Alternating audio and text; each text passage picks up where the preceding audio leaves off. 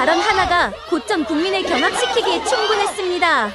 그가 한국 여행담을 언급한 순간부터 모든 것이 급격히 뒤엉켜 버렸습니다. 도대체 그는 어떤 발언을 했던 것일까요? 현재 중국은 한편의 영상 하나로 전면 충격에 휩싸였습니다. 한 유명 앵커가 생방송 중 돌이킬 수 없는 실수를 저질렀고, 이 돌발 상황은 미디어와 SNS를 통해 순식간에 퍼져나가며 사람들의 마음속 깊은 곳에 강렬한 울림을 남겼습니다. 도대체 그는 어떤 발언을 했던 것일까요? 이 사연을 시작하기 앞서 여러분들의 구독과 좋아요가 본격적인 이야기를 끌어가는데 정말 큰 도움이 됩니다. 꼭 기억해 주시고요. 이제 긴박하고 파격적인 순간의 전말로 여러분들을 안내하도록 하겠습니다.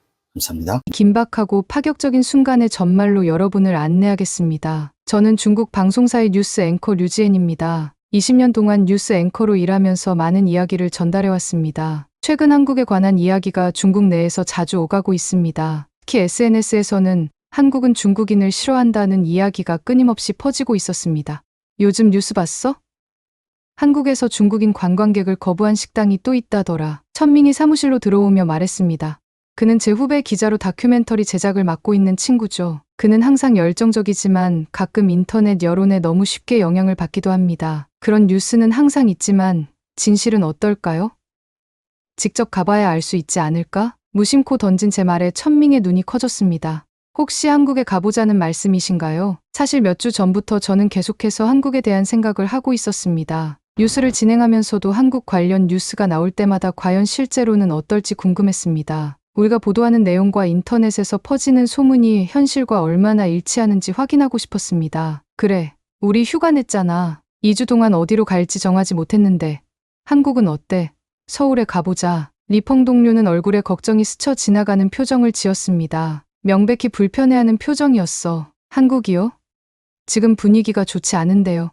패키지 여행이 아니라 우리끼리 자유여행으로 간다면 위험하지 않을까요? 저는 컴퓨터를 켜고 서울의 사진들을 보여주었습니다. 사진 속에는 깔끔한 거리와 현대적인 건물, 그리고 환기찬 시장의 모습이 담겨 있었습니다. 리펑, 넌 기자잖아. 진실은 항상 자신의 눈으로 확인해야 한다고 생각하지 않습니까? 우리가 매일 뉴스에서 말하는 것처럼 말이에요. 하지만 류지엔 선배는 한국에서 중국인들을 좋아하지 않는다는 건 다 아는 사실이잖아요. 라고 덧붙였습니다. 또한 리밍 동료 여성으로부터 서울 여행 갔다가 식당에서 쫓겨났다는 이야기도 들었고요.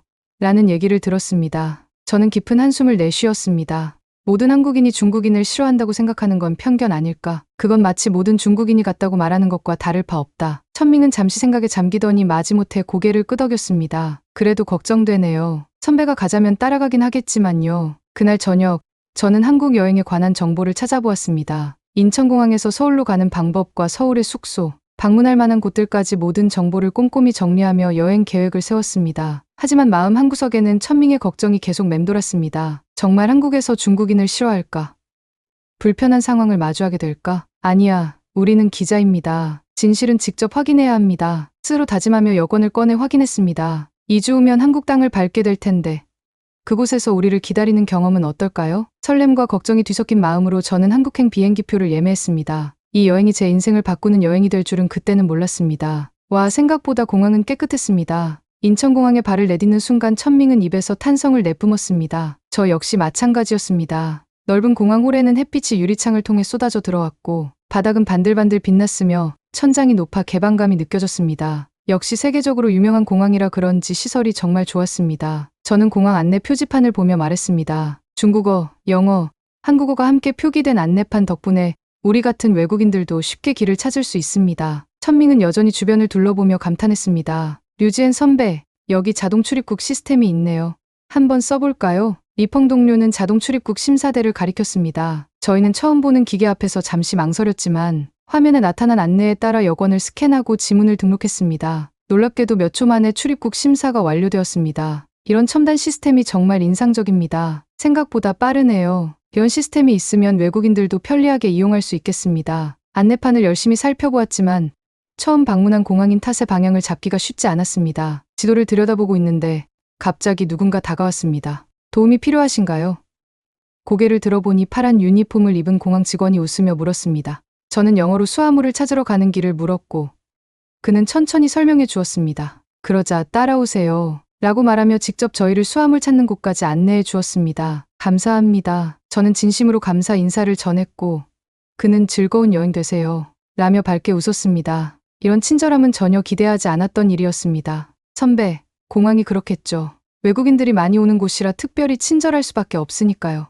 천밍은 여전히 약간 회의적인 표정을 지었습니다. 그의 말에도 일리가 있었지만 첫 인상은 나쁘지 않았습니다. 저희는 공항을 나와 서울 시내로 향하는 공항 철도를 탔습니다. 깨끗한 객실과 정확한 시간 안내 방송이 인상적이었습니다. 창밖으로 보이는 풍경은 점점 도시의 모습으로 바뀌어 갔습니다. 고층 건물들과 아파트 단지, 그리고 한강이 보였습니다. 서울이 이렇게 현대적인 도시일 줄은 몰랐어요. 사진으로만 봤을 때와는 느낌이 다릅니다. 리펑은 창밖을 바라보며 말했습니다. 저도 동의합니다. 서울은 베이징이나 상하이처럼 현대적이면서도 어딘가 다른 분위기를 풍기고 있었습니다. 조금 더 정돈되고 아기자기한 느낌이었죠. 서울역에 도착하여 호텔로 향하는 택시를 잡았습니다. 택시 기사님은 우리가 중국에서 왔다는 것을 알고 중국어로 몇 마디 건넸습니다. 발음은 서툴렀지만 그런 노력이 고마웠습니다. 이하오, 중국에서 오셨어요. 환영합니다. 제가 놀란 표정을 짓자 택시 기사님은 웃으며 말했습니다. 옛날에 중국 친구가 있어서 조금 배웠어요. 많이 서툴러서 죄송합니다. 그의 친절한 태도에 저도 미소 지었습니다. 짧은 대화였지만 기분 좋은 만남이었습니다.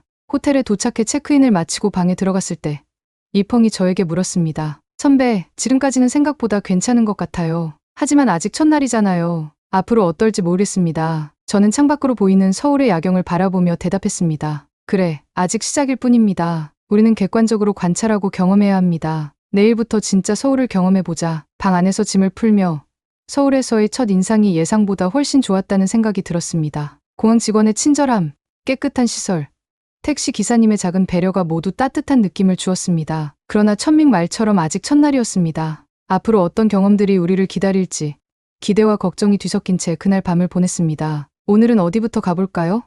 명동 아니면 경복궁? 아침 일찍 일어나 호텔 레스토랑에서 조식을 먹으며 리펑이 물었습니다. 저는 스마트폰을 꺼내 미리 정리해둔 일정표를 보여주었습니다. 일단 경복궁부터 시작해서 북촌 한옥마을과 인사동을 둘러보는 건 어떨까요? 저녁에는 명동에서 쇼핑도 할 수 있습니다. 천밍은 고개를 끄덕이며 찬성했습니다. 아침 식사를 마친 후 호텔을 나서기 전 잠시 커피숍에 들러 지도를 보며 세부 계획을 정리하기로 했습니다. 호텔 근처에 있는 작은 카페는 따뜻한 원목 인테리어와 은은한 조명이 아늑한 분위기를 만들어내고 있었습니다. 아메리카노 2잔 주세요. 카운터에서 주문을 하고 자리에 앉았습니다. 커피가 나오길 기다리는 동안 저는 지갑에서 카드를 꺼내 테이블 위에 올려두었습니다. 이런저런 이야기를 나누며 계획을 세우고 있었습니다. 류지엔 선배, 북촌 한옥마을에서는 한복도 입어볼 수 있다더군요. 한번 입어볼까요? 리펑은 흥미로운 표정으로 물었습니다. 저는 웃으며 고개를 저었고 난 좀 쑥스러울 것 같은데 내가 입고 싶다면 한번 입어보자 라고 말했습니다. 직원이 커피를 가져다 주었고 저희는 약 30분 동안 앉아 서울 여행 계획을 세우며 지도를 보았고 궁금한 점은 인터넷으로 검색하기도 했습니다. 모든 계획이 끝나고 카페를 나왔습니다. 경복궁으로 향하는 지하철을 타기 위해 역으로 걸어가던 중 문득 불안한 느낌이 들었습니다. 무언가 빠뜨린 것 같은 기분이었죠. 주머니를 뒤적여 보니 핸드폰은 있었지만 지갑이 보이지 않았습니다. 아, 이런, 지갑이 없어요. 갑자기 걸음을 멈추고 가방을 뒤져보았지만 지갑은 없었습니다. 천민과 함께 찾아보았지만 역시 보이지 않았습니다. 어디서 마지막으로 보셨어요? 리펑이 걱정스러운 표정으로 물었습니다. 저는 잠시 생각에 잠겼다가 기억해냈습니다. 아까 카페에서 카드를 꺼내다가 아마도 테이블 위에 놓고 온 것 같아요. 리펑은 얼굴이 어두워졌습니다. 그는 말없이 저를 바라보더니 한숨을 내쉬며 말했습니다. 가서 확인해 봐야겠네요. 하지만 벌써 30분이나 지났는데 한국에서 지갑을 잃어버리면 다시 찾기 힘들 것 같습니다. 그의 말에 저도 마음이 무거워졌습니다. 지갑에는 신용카드와 현금, 그리고 중요한 신분증이 들어있었기 때문입니다. 저는 다시 카페로 돌아갔습니다. 그동안 제 마음은 이미 지갑을 포기한 상태였습니다. 한국에서의 첫날부터 이런 일이 생겨 여행이 망칠까 걱정되었기 때문입니다. 카페에 도착해 문을 열고 들어가자 우리가 앉았던 자리는 이미 다른 손님들이 차지하고 있었습니다. 가슴이 철렁 내려앉았습니다. 혹시나 하는 마음에 카운터로 다가가며 말했습니다. 혹시 조금 전에 저희가 앉았던 자리에서 지갑을 발견하지 못하셨나요? 직원은 저를 물끄러미 쳐다보다가 반가운 미소로 말했습니다. 아, 맞아요. 찾으러 오실 줄 알았습니다. 잠시만요. 직원은 카운터 아래쪽에서 무언가를 꺼내더니 그것이 바로 제 지갑임을 보여주었습니다. 아무것도 손대지 않은 채 그대로 있었습니다. 신용카드, 현금, 신분증 모두 그대로 들어있었습니다. 정말 감사합니다. 어떻게 이렇게 그대로 남겨두셨는지 잊지 못하겠습니다. 직원은 웃으며 대답했습니다. 손님이 나가신 후 다른 손님이 테이블을 정리하다가 발견했어요. 당연히 주인께 돌려드릴 줄 알았습니다. 리펑은 놀란 표정으로 지갑을 바라보았습니다. 그는 눈을 크게 뜨고 저에게 속삭였습니다. 선배, 아무도 손을 대지 않았다는 게 믿기지 않습니다. 이런 일이 중국에서 일어났다면 말이 끝나지도 않았을 텐데요. 우리 둘 다 무슨 뜻인지 알고 있었습니다. 중국에서는 카페에서 이런 일이 있었다면 지갑을 온전히 되찾을 가능성이 낮았을 겁니다. 정말 감사합니다. 직원에게 다시 한번 진심으로 감사 인사를 전했습니다. 그녀는 환하게 웃으며 조심하세요. 즐거운 여행 되세요. 라고 말했습니다. 카페를 나와 지하철역으로 향하는 길에 리펑이 물었습니다. 선배, 어떻게 생각하세요? 운이 좋았던 건가요? 아니면 한국 사람들이 원래 이렇게 정직한 건가요? 저는 잠시 생각하다가 대답했습니다. 하나의 경험으로 판단하기는 어렵습니다만 상황은 꽤 좋았습니다. 계속 관찰해 봅시다. 경복궁으로 향하는 지하철 안에서 저는 지갑을 잃었다가 되찾은 경험을 곰곰이 생각해 보았습니다. 아직 한국 여행의 시작에 불과했지만 이미 제가 가지고 있던 몇 가지 편견이 흔들리고 있다는 느낌이 들었습니다. 과연 앞으로 어떤 경험들이 기다리고 있을까요? 경복궁과 북촌 한옥마을을 둘러본 후 저희는 한강 근처로 향했습니다. 여의도 한강공원에서 잠시 쉬며 강변의 전망을 즐기고 싶었기 때문입니다. 지하철보다는 택시가 편할 것 같아 길가에서 택시를 잡았습니다. 여의도 한강공원으로 가주세요. 택시 기사님은 고개를 끄덕이며 미터기를 켰습니다. 차창 밖으로 서울의 풍경이 지나가는 동안 저는 핸드폰으로 지금까지 찍은 사진들을 리펑에게 보여주었습니다. 이 사진 괜찮네요. 북촌 한옥마을의 분위기가 정말 잘 담겼습니다. 리펑은 제 핸드폰 화면을 가리키며 말했습니다. 저희는 사진을 보며 이야기를 나누다가 어느새 목적지에 도착했다는 기사님의 말씀에 서둘러 내렸습니다. 감사합니다. 택시 요금은 제가 지불할게요. 택시에서 내린 후 한강공원으로 들어갔습니다. 강변을 따라 산책로가 잘 정비되어 있었고 많은 사람들이 자전거를 타거나 조깅을 하고 있었습니다. 한강의 넓은 물줄기와 그 위로 지나가는 다리들의 모습이 인상적이었습니다. 와, 정말 아름답네요. 베이징의 한강과는 다른 느낌입니다. 리펑은 감탄했습니다. 저희는 벤치에 앉아 잠시 휴식을 취하기로 했습니다. 가방에서 물병을 꺼내 한강의 풍경을 즐기며 마셨습니다. 그때 문득 핸드폰이 생각났습니다. 아, 내 핸드폰 어디 있지? 주머니를 뒤집어 보았지만 핸드폰은 보이지 않았습니다. 순간 등에서 식은 땀이 흘렀습니다. 천밍, 내가 내 핸드폰 본 적 있어요? 천밍은 자신의 가방을 뒤적이며 저를 도와 찾았지만 핸드폰은 어디에도 없었습니다. 택시에서 사진을 보여드리다가 택시에 두고 내린 것 같아요. 라고 말했습니다. 천밍은 갑자기 표정이 어두워지며 한숨을 내쉬었습니다. 이제 핸드폰은 포기해야겠어요. 오전에는 지갑을 잃었다가 찾았는데 오후에는 핸드폰을 잃었다가 되찾으니 저도 마음이 무거워졌습니다. 핸드폰에는 중요한 연락처와 모든 사진이 들어있었고 더군다나 중국으로 돌아가기 전에 필요한 정보들도 모두 저장되어 있었습니다. 무슨 방법이 있을까? 택시 번호라도 기억했으면 좋았을 텐데. 리펑은 생각에 잠겨 중얼거렸습니다. 저는 잠시 고민하다가 결심했습니다. 경찰서에 가봐야겠어요. 혹시 도움을 받을 수 있을지도 모르잖아요.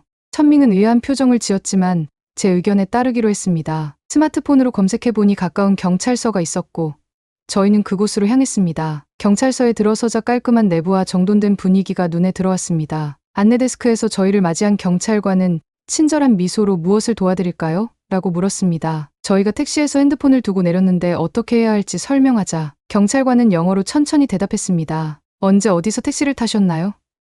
목적지는 어디였습니까? 저희가 상세한 정보를 제공하자 경찰관은 컴퓨터에 기록을 남기고 택시 회사에 연락을 취해주겠다고 했습니다. 그는 기다리는 동안 앉으라고 하며 의자를 가리켰고 차까지 모셔다 주었습니다. 정말 감사합니다. 20분 정도 후 경찰관이 전화를 받고 미소를 지으며 다가왔습니다. 좋은 소식입니다. 택시 기사님이 핸드폰을 발견하셨고 지금 이쪽으로 오고 계십니다. 약 30분 후에 도착할 것입니다. 저는 믿기지 않는 마음으로 리동료를 바라보았습니다. 정말인가요? 기사님이 직접 가져다 주신다고요? 경찰관은 고개를 끄덕였습니다. 네. 한국에서는 분실물을 찾아주는 일이 자주 있습니다. 특히 택시 기사님들은 책임감이 강하셔서 경찰서로 가져다 주거나 직접 찾아주시곤 합니다. 약속한 시간이 지나자 정말로 택시 기사님이 경찰서로 들어오셨습니다. 손에는 제 핸드폰이 들려 있었습니다. 그는 저를 알아보고 바로 다가와 핸드폰을 건네주었습니다. 손님 뒷좌석에서 발견했습니다. 다행히 경찰서에서 연락이 와서 찾아드릴 수 있었습니다. 감격한 마음에 저는 연신 감사 인사를 전했습니다. 기사님은 웃으며 손사래를 쳤습니다. 별것 아닙니다. 좋은 여행 되세요. 한국에서는 이런 일이 종종 있습니다. 그 말에 저는 놀라움을 감추지 못했습니다. 택시 기사님이 떠난 후 경찰서를 나오는 길에 리동료가 물었습니다. 정말 신기하네요. 2번이나 귀중품을 잃어버렸는데 2번 다 돌려받다니 선배, 어떻게 생각하세요? 저는 잠시 생각하다가 대답했습니다. 솔직히 놀랍습니다. 중국에서는 아마 포기했을 텐데 여기서는 사람들이 당연하게 여기는 것 같습니다. 경찰서를 나와 다시안강으로 향하는 길에 저는 이 경험이 제게 어떤 의미가 있는지 곰곰이 생각해 보았습니다. 인터넷에서 한국에 대한 부정적인 이야기들이 하나씩 깨져가고 있었습니다. 정말 사람들의 인식과 현실 사이에는 큰 간극이 있는 걸까요? 해가 저물기 시작하자 우리는 서울의 맛집을 체험해 보기로 했습니다. 인터넷 검색으로 찾은 유명 고깃집으로 향했습니다. 핸드폰을 되찾은 후 기분이 한결 나아진 상태였습니다. 오늘 하루는 정말 롤러코스터 같았습니다. 아침에는 지갑을 잃었다가 찾았고 오후에는 핸드폰을 잃었다가 되찾았습니다. 꼭 리동료는 웃으며 말했습니다. 정말 이런 경험은 처음입니다. 귀중품을 2번이나 잃어버렸는데 모두 돌려받다니. 고깃집에 도착하자 활기찬 분위기가 우리를 맞이했습니다. 맛있는 고기가 구워지는 냄새와 사람들의 웃음소리가 가득했습니다. 입구에서 직원이 우리를 반갑게 맞이했습니다. 어서 오세요. 몇 분이세요? 직원의 영어 실력은 완벽하지 않았지만 충분히 의사소통이 가능했습니다. 우리는 창가 쪽 자리로 안내받았습니다. 메뉴판 주세요. 자리에 앉자마자 리동료가 요청했습니다. 직원이 가져다 준 메뉴판은 다행히 영어와 중국어 번역이 함께 되어 있었습니다. 우리는 메뉴를 살펴보며 어떤 고기를 주문할지 고민했습니다. 삼겹살과 갈비를 시켜볼까요? 한국 소고기가 유명하다고 들었어요. 천밍의 제안에 저는 고개를 끄덕였습니다. 메뉴를 고르고 주문하는 과정에서 직원은 무척 친절했습니다. 우리가 한국 음식에 익숙하지 않다는 것을 눈치챘는지 추천 메뉴와 먹는 방법까지 상세히 설명해 주었습니다. 고기는 구워드릴까요? 아니면 직접 구워 드실 건가요? 직원이 물었습니다. 저는 한국식 바비큐 경험을 제대로 해보고 싶어. 저희가 직접 구워 볼게요. 라고 말했습니다. 잠시 후 테이블 중앙에 숯불 그릴에 불이 피워졌고 주문한 고기와 각종 반찬이 차려졌습니다. 한국의 다양한 반찬 문화는 정말 인상적이었습니다. 작은 그릇에 담긴 여러 가지 반찬들이 보기에도 먹음직스러웠습니다. 와, 이렇게 많은 반찬이 모두 기본으로 나오는 건가요? 리동료가 놀란 표정으로 물었습니다. 직원은 미소를 지으며 고개를 끄덕였습니다. 네, 모두 서비스입니다. 더 필요하시면 말씀해 주세요. 고기가 테이블에 놓이자 우리는 열심히 고기를 굽기 시작했습니다. 하지만 익숙하지 않은 방식이라 고기를 어떻게 굽는 것이 좋을지 망설여졌습니다. 저는 긴 집게로 고기를 그릴 위에 올려놓으며 이렇게 하면 될까? 라고 생각했습니다. 그러나 고기를 올려놓고 몇 분 지나자 연기가 나기 시작했습니다. 리동료와 저는 당황하여 어떻게 해야 할지 몰랐습니다. 그때 우리 테이블을 지나가던 종업원이 상황을 발견하고 빠르게 다가와 말했습니다. 아, 고기는 자주 뒤집어야 맛있습니다. 그는 친절하게 집게를 들어 고기를 뒤집어 주었습니다. 그리고 고기가 어느 정도 익었을 때 가위로 작게 잘라주며 이제 이렇게 상추에 싸서 드세요. 여기 쌈장을 조금 바르고 마늘도 넣으면 더 맛있습니다. 라고 시범을 보였습니다. 우리는 그의 지시에 따라 고기를 싸서 맛보았고 입안에 풍부한 맛이 퍼졌습니다. 와, 정말 맛있네요. 리동료가 감탄했습니다. 우리가 음식을 즐기는 동안에도 종업원은 몇 번씩 와서 고기가 타지 않도록 도와주었습니다. 그의 섬세한 케어에 저는 깊이 감동했습니다. 우리 테이블만 이렇게 신경 써주나요? 리동료가 의아한 표정으로 물었습니다. 둘러보니 다른 테이블에도 종업원들이 같은 방식으로 손님들을 도와주고 있었습니다. 이것이 한국 고깃집의 일반적인 서비스였습니다. 중국 식당에서는 보통 손님이 스스로 음식을 챙기곤 합니다. 제가 말합니다. 천밍은 고개를 끄덕이며 동의했습니다. 식사를 계속하는 동안 우리는 다양한 한국식 먹는 방법을 시도해 보았습니다. 종업원은 우리가 새로운 방식을 시도할 때마다 친절하게 조언해 주었고 추가 반찬도 몇 번이나 더 가져다 주었습니다. 선배, 처음에는 사람들이 중국인을 싫어한다고 생각했는데 지금까지 직접 경험해본 결과 전혀 그렇지 않은 것 같습니다. 리동료는 조용히 말했습니다. 그의 목소리에서는 미안함과 놀라움이 동시에 느껴졌습니다. 맞습니다. 우리가 들었던 이야기와는 다릅니다. 물론 모든 한국인이 다 그렇다고 일반화할 수는 없지만 지금까지 만난 한국 사람들은 모두 친절했습니다. 그리고 그는 카드 결제를 위해 카드를 내밀었습니다. 중국에서 오셨군요. 저희 어머니는 중국 드라마를 좋아하십니다. 즐거운 여행 되세요. 식당을 나오며 리동료가 말했습니다. 오늘 하루 동안 경험한 것들이 정말 많았습니다. 한국 사람들의 친절함이 생각보다 훨씬 깊은 인상을 남겼습니다. 저는 고개를 끄덕이며 대답했습니다. 그래, 아직 여행의 시작이지만 이미 많은 것을 배우고 있는 것 같습니다. 내일은 또 어떤 경험이 우리를 기다릴지 기대됩니다. 호텔로 돌아가는 길에 오늘 하루 동안의 경험들이 머릿속을 맴돌았습니다. 지갑을 잃었다가 찾은 일, 핸드폰을 택시에 두고 내렸다가 돌려받은 일, 그리고 고깃집에서 경험한 따뜻한 서비스까지. 모든 것이 제가 중국에서 들었던 이야기와는 너무 다르다는 것을 깨달았습니다. 그날 밤 호텔 침대에 누워 저는 생각했습니다. 우리는 얼마나 쉽게 다른 나라와 문화에 대한 편견을 가지게 되는가. 직접 경험해보는 것이 얼마나 중요한지 실감합니다.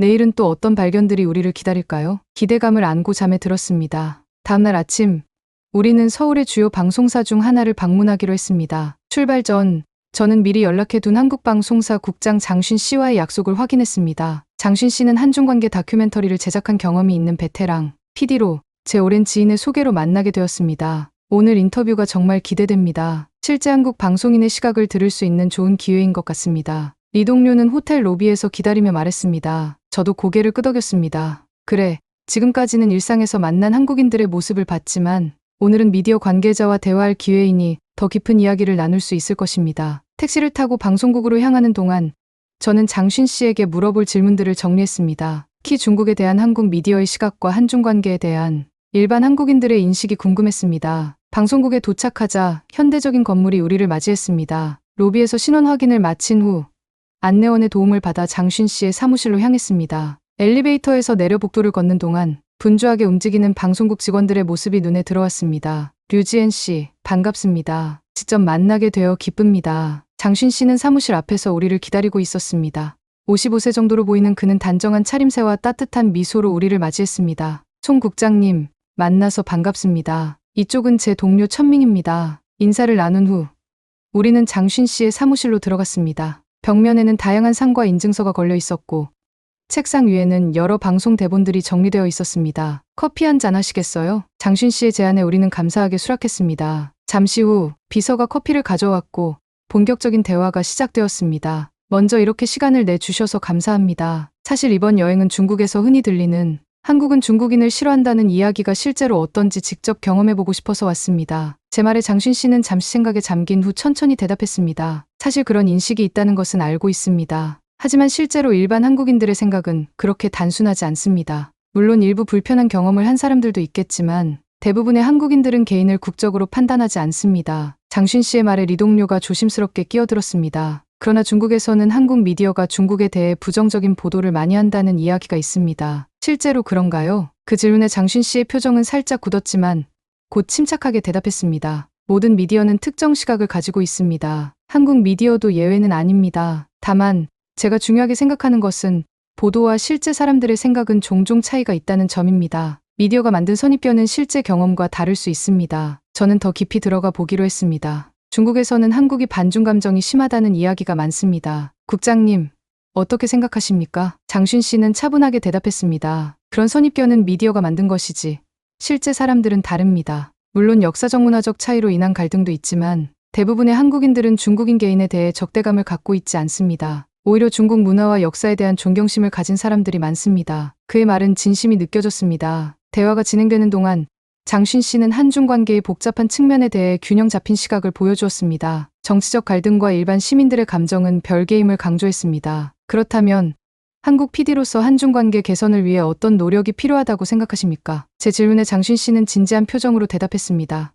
미디어의 책임은 매우 큽니다. 우리는 더 균형 잡힌 보도를 해야 하며 서로의 문화와 관점을 이해하려는 노력이 필요합니다. 개인적으로 저는 한중 공동 제작 프로젝트를 통해 서로를 더 잘 이해할 수 있다고 생각합니다. 인터뷰를 마친 후 장신 씨는 우리를 방송국 투어로 안내해 주었습니다. 스튜디오와 편집실, 뉴스룸을 둘러보면서 한국 방송 시스템에 대해 설명해 주셨습니다. 놀랍게도 방송국 직원들은 모두 우리를 따뜻하게 맞이했고 몇몇은 중국 방송에 대한 질문도 했습니다. 요즘 중국 드라마가 정말 퀄리티가 좋더군요. 특히 역사물은 정말 화려하고 스케일이 커서 인상적입니다. 한 PD가 말했습니다. 천밍은 얼굴이 밝아지며 말했습니다. 정말요? 한국 드라마도 중국에서 인기가 많습니다. 특히 로맨스 드라마는 중국 시청자들에게 많은 사랑을 받고 있습니다. 방송국을 나오면서 리 동료가 저에게 물었습니다. 선배, 어떻게 생각하세요? 송 국장님의 말씀은 설득력이 있었나요? 저는 잠시 생각에 잠긴 후 대답했습니다. 그의 말에 상당 부분 동의합니다. 미디어와 실제 사람들의 생각은 다를 수 있음을 지금까지 우리가 경험한 한국인들의 태도가 그것을 증명합니다. 장신 씨와의 만남은 제게 깊은 인상을 남겼습니다. 그는 예상보다 훨씬 개방적이고 솔직했으며 한중 관계에 대해 균형 잡힌 시각을 가지고 있었습니다. 무엇보다 미디어의 역할과 책임에 대한 그의 생각은 제 생각과 크게 다르지 않았습니다. 방송국에서 나와 늦은 점심을 먹으며 저는 이번 여행을 통해 점점 변화하고 있는 제 생각들을 정리해 보았습니다. 지금까지의 경험은 제가 중국에서 들었던 이야기와는 확연히 달랐으며 그로 인해 제게 많은 생각을 하게 만들었습니다. 과연 우리는 얼마나 많은 선입견 속에서 살고 있는 것일까요? 방송국에서의 만남 이후 저희는 서울의 밤거리를 체험해 보기로 했습니다. 장신 씨가 추천해준 남산타워를 방문하기로 했습니다. 동안의 진지한 대화 후 서울의 야경을 즐기며 마음을 가볍게 하고 싶었습니다. 남산타워에서 바라본 서울의 야경은 정말 아름다웠습니다. 서울 전체를 한눈에 볼 수 있습니다. 라고 리동료가 말했습니다. 저는 스마트폰으로 남산타워까지 가는 경로를 검색했습니다. 지하철과 버스를 번갈아 타야 하는 복잡한 경로였지만 대중교통을 이용하기로 했습니다. 선배, 이렇게 밤늦게 대중교통을 이용해도 괜찮을까요? 리동료가 시계를 보며 물었습니다. 이미 저녁 8시가 넘었지만 지금까지 우리가 경험한 서울은 생각보다 훨씬 안전했습니다. 아, 한번 도전해보자. 저는 망설임 없이 대답했습니다. 지하철을 타고 중간 정류장에 도착한 후 저희는 남산타워로 향하는 버스를 기다렸습니다. 밤 공기는 차가웠지만 거리는 여전히 활기찼습니다. 주변에는 불빛이 켜진 상점들과 레스토랑들이 있었고 많은 사람이 오갔습니다. 중국과는 분위기가 좀 다릅니다. 이렇게 밤에도 거리가 깨끗하고 정돈되어 있다니. 리동료는 주변을 둘러보며 말했고 저도 그의 의견에 동의했습니다. 서울의 거리는 밤에도 깨끗함을 유지하고 있었으며 사람들은 질서 있게 행동했습니다. 마침내 버스가 도착했고 저희는 차에 올랐습니다. 늦은 시간이라 버스 안은 거의 비어 있었고 몇몇 승객만 조용히 앉아 있었습니다. 저희는 중간쯤 자리를 잡고 앉았습니다. 어디까지 가세요? 운전석의 기사님이 갑자기 물었습니다.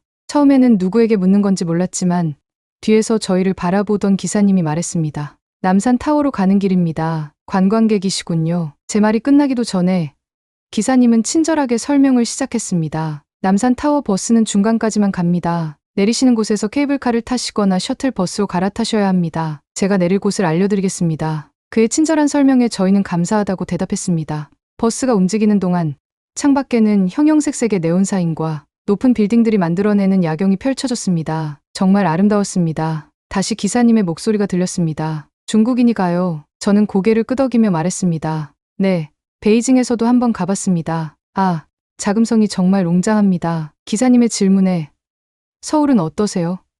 마음에 드시나요? 라고 물었고 저는 진심으로 대답했습니다. 정말 좋습니다. 사람들이 친절하고 거리도 깨끗하며 기대했던 것보다 훨씬 좋은 경험을 하고 있습니다. 버스 기사님은 미소를 지으며 고개를 끄덕였습니다. 그의 친절함은 단순히 직업적인 것이 아니라 진심이 느껴졌습니다. 이제 다음 정류장에서 내리세요. 거기서 오른쪽으로 조금만 걸어가시면 케이블카 타는 곳이 나옵니다. 목적지에 가까워지자 기사님이 미리 알려주었습니다. 버스가 멈추고 저희가 내리려 할 때 기사님은 무언가를 건네주었습니다. 이거 드세요. 밤에 산에 올라가면 춥거든요. 작은 비닐봉지에 사탕과 초콜릿 몇 개가 들어있었습니다. 너무 뜻밖의 선물에 저희는 놀라움을 감추지 못했습니다. 정말 감사합니다. 저희가 연신 감사 인사를 전하자 기사님은 수줍게 웃으며 손사래를 쳤습니다. 별것 아닙니다. 좋은 여행 되세요. 택시에서 내린 후 케이블카로 향하는 길에 리동료가 말했습니다. 선배, 이런 경험은 처음이에요. 버스 기사가 관광객에게 이렇게 친절하다니. 저도 같은 생각을 했습니다.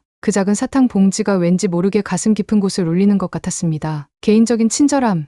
그도 전혀 기대하지 않았던 순간의 말이었습니다. 이 작은 행동이 한국인의 친절함을 가장 잘 보여주는 것 같습니다. 남산타워로 향하는 케이블카 안에서 저는 이번 여행 동안 경험한 여러 친절한 순간들을 떠올렸습니다. 지갑을 돌려준 카페 직원, 핸드폰을 찾아준 택시 기사님, 고깃집에서 도와준 종업원들, 그리고 조금 전 버스 기사님까지 모두의 작은 친절이 그 영향은 결코 작지 않았습니다. 남산타워에 도착해 서울의 전경을 바라보며 저는 깊은 생각에 잠겼습니다. 눈앞에 펼쳐진 수많은 빛들은 마치 별자리처럼 반짝였습니다. 그 빛들 아래에서 살아가는 많은 사람들의 일상적인 친절이 모여 이런 도시를 만들어낸다는 생각이 들었습니다. 솔직히 말하면 처음에는 제가 잘못 생각했던 것 같습니다. 한국은 중국인을 싫어한다는 말을 너무 쉽게 믿었습니다. 천밍의 고백에 저는 고개를 끄덕였습니다. 나도 마찬가지입니다. 우리가 얼마나 쉽게 선입견에 사로잡히는지 이번 여행을 통해 깨달았습니다. 서울의 야경을 배경으로 저희는 오랫동안 이야기를 나누었습니다. 선입견과 실제 경험의 차이,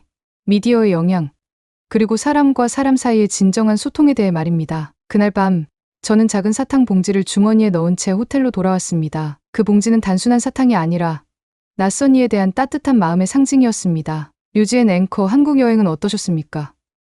시청자들이 많이 궁금해하고 있습니다. 중국으로 돌아온 지 일주일 후 생방송 뉴스 프로그램 마지막 순서에서 저에 대한 짧은 인터뷰가 있었습니다. 동료 앵커가 제게 한국 여행에 관해 물었고 카메라가 저를 향했습니다. 순간 제 머릿속에는 서울에서의 모든 기억이 주마등처럼 스쳐 지나갔습니다. 정말 좋은 여행이었습니다. 사실 출발 전에는 여러 걱정이 있었지만 실제 경험은 상당히 달랐습니다. 저는 진지한 표정으로 답했습니다. 방송사 스튜디오의 밝은 조명 아래서 저는 제 경험을 솔직하게 전달하고 싶었습니다. 소문과는 달랐던 점이 있다면 직접 보지 않으면 진실은 모릅니다. 동료 앵커의 질문에 저는 잠시 생각하다가 대답했습니다. 아니었습니다. 오히려 많은 친절함을 경험했습니다. 스튜디오가 잠시 조용해졌습니다. 이런 솔직한 답변은 아마도 예상하지 못했을 것입니다. 하지만 저는 계속해서 말씀드리고자 합니다. 물론 모든 한국인이 다 같지는 않겠지만 지금까지 만난 한국인들은 모두 정직하고 친절했습니다. 카페에서 지갑을 잃어버렸을 때 그대로 돌려받았고, 택시에서 핸드폰을 잃어버렸을 때도 기사님이 직접 경찰서로 가져다 주셨습니다. 동료 앵커가 놀란 표정으로 물었습니다. 그런 일들이 있었습니다. 이런 경험들이 류지엔 앵커님의 한국에 대한 인식을 바꾸었습니까? 저는 고개를 끄덕이며 말했습니다. 네, 분명히 그렇습니다. 우리 모두 때로는 들은 이야기나 뉴스 보도만으로 국가나 문화에 대한 인식을 형성하지만 실제 경험해 보면 그 차이를 느낄 수 있습니다. 저는 이번 여행을 통해 더 열린 시각을 갖게 되었습니다. 인터뷰는 그렇게 마무리되었지만 방송이 끝난 후 여러 동료들이 저에게 다가와 더 많은 이야기를 듣고 싶어 했습니다. 제 솔직한 경험담은 많은 사람들의 관심을 끌었습니다. 사무실로 돌아와 짐을 정리하던 중 리 동료가 들어왔습니다. 선배, 방송 봤어요. 정말 솔직하게 말씀하셨네요. 천밍의 표정에는 존경의 빛이 어린 듯했습니다. 저는 미소 지으며 대답했습니다. 진실을 말하는 것은 우리 기자의 의무입니다. 그리고 당신은 어때요? 한국에 대한 생각이 바뀌었습니까? 천밍은 고개를 끄덕이며 말했습니다. 네, 많이 바뀌었습니다. 사실 제 SNS에 한국에서 겪은 일이라는 제목으로 글을 올렸는데 반응이 뜨겁습니다. 많은 분들이 저와 비슷한 긍정적인 경험을 했다고 이야기하더군요. 그 말을 듣고 저는 흥미를 느꼈습니다. 어쩌면 우리만 그런 생각을 하고 있던 것이 아닐지도 모릅니다. 많은 중국인들이 한국에서 좋은 경험을 했지만 그런 이야기들은 잘 알려지지 않았던 것 같습니다. 그렇다면 부정적인 인식이 왜 이렇게 강한 걸까요? 리 동료는 잠시 생각하더니 대답했습니다. 아마 부정적인 경험이 더 큰 소리로 더 널리 퍼지기 때문일 겁니다. 긍정적인 경험은 당연하게 여겨지고 부정적인 경험만 이슈가 되는 경우가 많습니다. 그의 말에 저는 깊이 공감했습니다. 미디어 종사자로서 우리는 종종 자극적이고 논쟁적인 이야기에 집중하는 경향이 있습니다. 그 과정에서 일상의 작은 친절, 보통 사람들의 선의는 종종 간과되곤 합니다. 천밍은 이어 말했습니다. 우리가 이번 여행에서 배운 것을 어떻게 활용하면 좋을까요? 천밍은 밝은 표정으로 대답했습니다. 한중 관계에 대한 다큐멘터리를 만들면 어떨까요? 양국 시민들의 실제 경험을 중심으로 정치적 이야기가 아니라 사람과 사람 사이의 이야기를 담아서 말입니다. 그의 제안은 매우 매력적이었습니다. 실제로 장슌 씨도 미디어의 책임감과 서로를 더 잘 이해하기 위한 노력의 필요성에 대해 비슷한 이야기를 했었습니다. 좋은 생각입니다. 기회를 만들어 봅시다. 제가 도울게요. 그날 저녁, 집으로 돌아가는 길에 저는 서울에서의 마지막 밤을 떠올렸습니다. 남산 타워에서 본 서울의 야경, 버스 기사님이 건네준 작은 사탕 봉지가 제게 남긴 감동은 결코 작지 않았습니다. 집에 도착해 여행 가방을 정리하던 중 주머니 속에서 그 사탕 봉지를 발견했습니다. 아직 몇 개의 사탕이 남아 있었습니다. 저는 하나를 입에 넣으며 다시 한번 이번 여행의 의미를 되새겼습니다. 선입견은 얼마나 쉽게 생겨나고 또 얼마나 견고한 벽을 만들어내는지, 그 벽을 허무는 것은 결국 직접 경험하고 직접 만나고 직접 대화하는 것입니다. 언론인으로서 저는 그 사실을 더욱 깊이 깨달았습니다. 한국 여행을 통해 저는 단순히 여행지의 아름다움뿐만 아니라 사람과 사람 사이의 진정한 소통, 선입견을 넘어서는 진실을 발견했습니다. 그리고 작은 친절이 가져오는 큰 변화를 느꼈습니다. 무엇보다도 더 열린 마음으로 세상을 바라보는 법을 배웠습니다. 직접 가보지 않으면 진실은 모릅니다. 방송에서 했던 말을 혼자 다시 중얼거리며 저는 앞으로 제 역할에 대해 깊이 고민했습니다. 앵커로서, 기자로서, 그리고 한 개인으로서 저는 더 많은 진실을 찾아 나설 것입니다. 그리고 그 과정에서 발견한 작은 친절의 이야기들을 더 많이 전할 것입니다. 어쩌면 그것이 우리가 더 나은 세상을 만들어가는 작은 시작점이 될 수 있을 것입니다. 제 사연을 들어주셔서 감사합니다. 구독자 여러분, 이 이야기를 통해 새로운 시각과 깊은 깨달음을 전달할 수 있었기를 바랍니다. 우리 모두는 선입견을 넘어 서로를 이해하고 존중하는 마음가짐으로 세상을 바라보아야 합니다. 앞으로도 여러분께 더 풍부하고 감동적인 이야기, 그리고 따뜻한 메시지를 전해드리기 위해 정성껏 준비하겠습니다. 구독과 좋아요로 여러분의 소중한 응원을 부탁드리며 다음 영상에서는 더욱 깊이 있고 뜻깊은 이야기를 만나보실 수 있기를 기대합니다. 고맙습니다.